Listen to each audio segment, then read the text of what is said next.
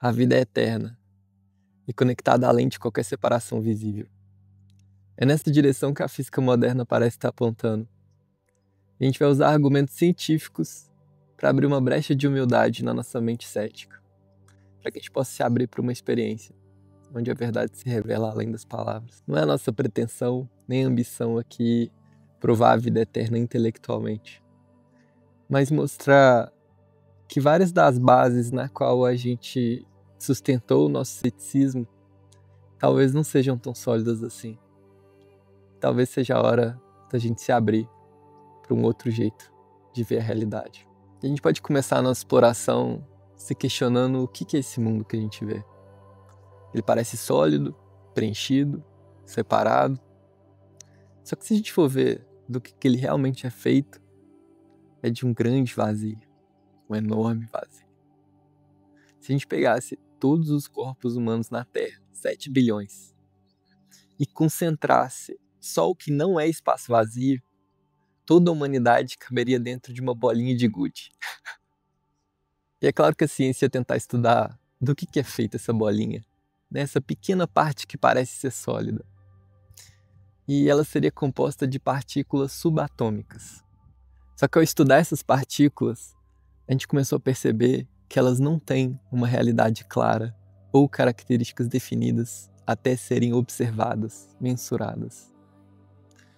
Ou seja, de uma maneira que a gente não consegue alcançar intelectualmente, o universo parece se revelar ao ser observado. É como se a realidade e o observador tivessem de alguma forma misteriosa conectados de forma fundamental. E quando isso começou a ser provado, experimento atrás de experimento, alguns cientistas começaram a questionar a natureza mais profunda da realidade. Max Planck, que foi um dos fundadores da física quântica e ganhador do prêmio Nobel, ele disse que para ele estava claro de que a consciência não era derivada da matéria, mas o contrário, que a consciência fazia parte da realidade base e que a matéria era algo emergente da consciência. E as implicações do que ele disse, e que vários outros colegas dele pensavam da mesma forma, é muito mais profunda do que muitos alcançaram.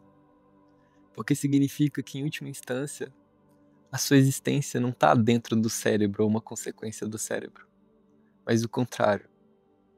O cérebro é só algum tipo de projeção dentro da existência, dentro da realidade última, e que é entrelaçada com o observador, com o eu sou, de uma forma muito mais profunda e misteriosa do que a gente consegue compreender, mas coerente e convergente com o que vários cientistas da mente apontaram por milhares de anos, abrindo uma janela para que a existência seja eterna, fundamental e conectada. Só que as coisas estavam prestes a ficar ainda mais incríveis. A gente descobriu que essas partículas, que não tinham uma realidade clara nem características definidas até serem observadas, elas poderiam estar entrelaçadas, conectadas de uma forma misteriosa, na qual, ao se mensurar e observar uma dessas partículas, a outra tomaria uma posição oposta a ela, como se elas estivessem se comunicando entre si. E mais do que isso, mesmo que elas estivessem separadas por bilhões de anos-luz, ao se mensurar uma, a outra tomaria instantaneamente a posição oposta. Ou seja, elas possuem entre elas uma comunicação não só incorruptível, mas que atravessa os limites do espaço-tempo. Porque pela física que a gente conhecia até então, nada poderia viajar mais rápido do que a velocidade da luz. Esse era um limite da estrutura do tempo e espaço. E com isso, pela primeira vez, a gente tinha uma prova de que existe uma comunicação que transcende o tempo e o espaço. E com isso, ainda mais cientistas começaram a se abrir para a possibilidade de que a consciência, a existência, tivesse conectada de maneira mais profunda com a realidade.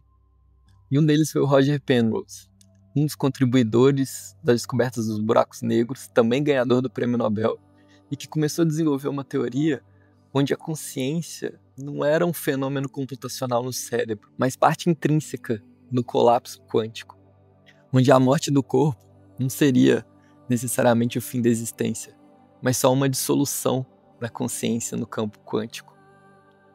Agora, o objetivo dessa nossa conversa toda não é ter a pretensão ou arrogância de provar a vida eterna ou de colocar a realidade numa caixinha.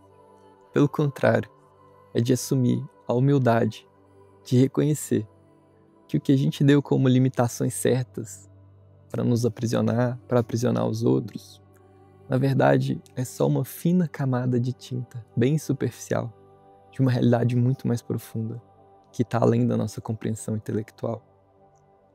E de nessa humildade, nos ajoelhar em contemplação do maior mistério do universo, de que é o fato de que você está aí agora, e eu tô aqui agora. Eu sou. Tá a respeitar a nossa presença, que muitas vezes foi banalizada por detrás de ideias superficiais, de julgamentos, de ódio, de medo, e reconhecer a grandeza de quem você realmente é. O milagre da existência é o maior mistério do universo, e ele está dentro de você. E esse experimento, sim, é o único que você pode provar por si mesmo. Tudo que eu falei foram coisas que cientistas disseram, experimentos que outros fizeram, ou que eu fiz com a minha consciência. Mas só você pode fazer por você mesmo. E ao a gente assumir a responsabilidade de cientistas da nossa própria mente, com esse instrumento mais misterioso e poderoso que a gente já encontrou no universo, a gente vai acabar chegando no mesmo resultado. De que isso tudo tem um propósito. E que esse propósito é o amor. Como tantos que foram na frente nos disseram. Ame ao próximo como a si mesmo. Nessa experiência direta, a gente vai entendendo o que Cristo disse. Quando falou que o reino dos céus não está aqui, nem ali, que não pode ser visto visivelmente, mas que o reino dos céus está dentro de vós. Amém. Tamo junto.